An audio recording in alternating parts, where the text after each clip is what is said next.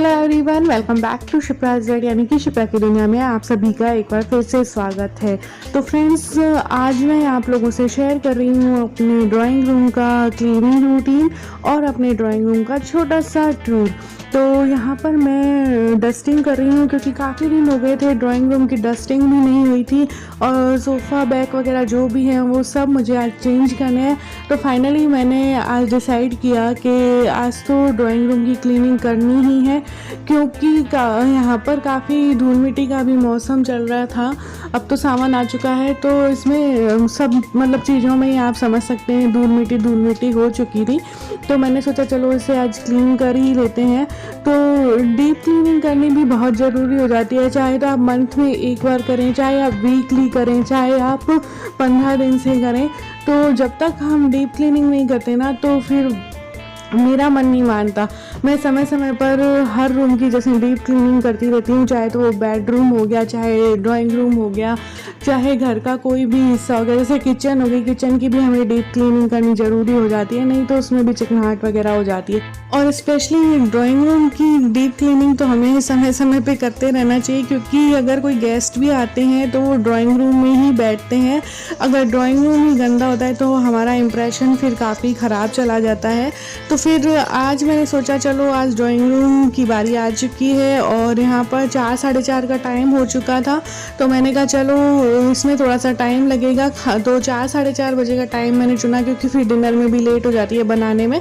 तो 4 सवा 4 बजे मैं नीचे आई और फिर मैंने इसकी डीप क्लीनिंग स्टार्ट की, डस्टिंग स्टार्ट की और लगभग मुझे रूम साफ़ करने में 2 घंटे लगे होंगे क्योंकि सारी डस्टिंग करनी थी। इस रूम में सामान भी ज़्यादा है, आप देख सकते हैं आले भी ज़्यादा हैं इस रूम में, तो इसमें मुझे काफ़ी टाइम लग गया था। और सभी चीज़ों को मैंने साफ़ किया था, जैसे सोफ़े हो गए और ये सब चीज़ें, कुशन कवर और हटाना सब कुछ। तो इन सब चीज़ों में मुझे काफ़ी टाइम लग गया और फाइनली फिर मैंने कहा चलो ये वाले सोफ़ा बैग लगाती हूँ, ऑरेंज कलर वाले, क्योंकि रूम का जो कलर है वो ऑफ वाइट सा है। तो इसमें या तो रेड कलर के सोफ़ा बैग अच्छे लगते हैं या ऑरेंज वाले अच्छे लगते हैं, मैच हो जाते हैं।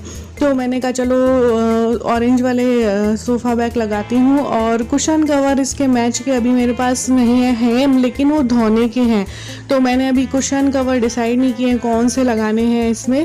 तो फटाफट फिर मैंने सोफ़े वगैरह क्लीन करके और कुशन भी कवर हटा दिए हैं और ये राउंड शेप के कुशन कवर हैं।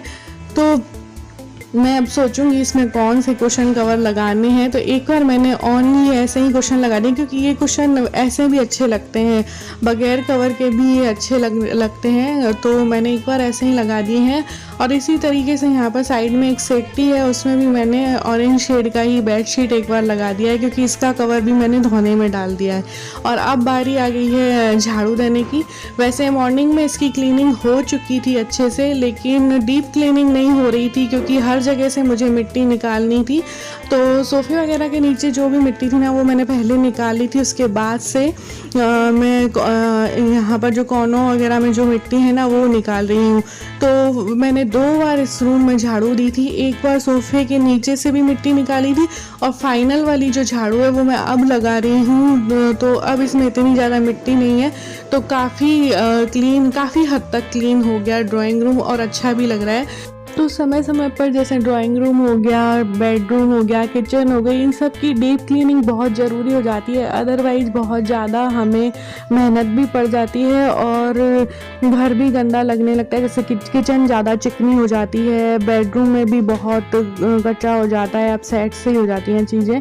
तो जब हम डीप क्लीनिंग कर लेते हैं, चीज़ों को सेट कर लेते हैं ना, तो हमारे माइंड से भी एक जो बोझ सा होता है ना माइंड में, वो भी हल्का हो जाता है। और मेरे माइंड में तो बहुत बोझ हो जाता है, अगर घर का कोई भी हिस्सा गंदा रहता है ना तो मुझे काफ़ी बोझ सा फील होने लगता है माइंड में, क्योंकि हर वक्त माइंड में चलता रहता है कि हाँ क्लीनिंग करनी है, फिर फाइनली टाइम निकालना ही पड़ता है।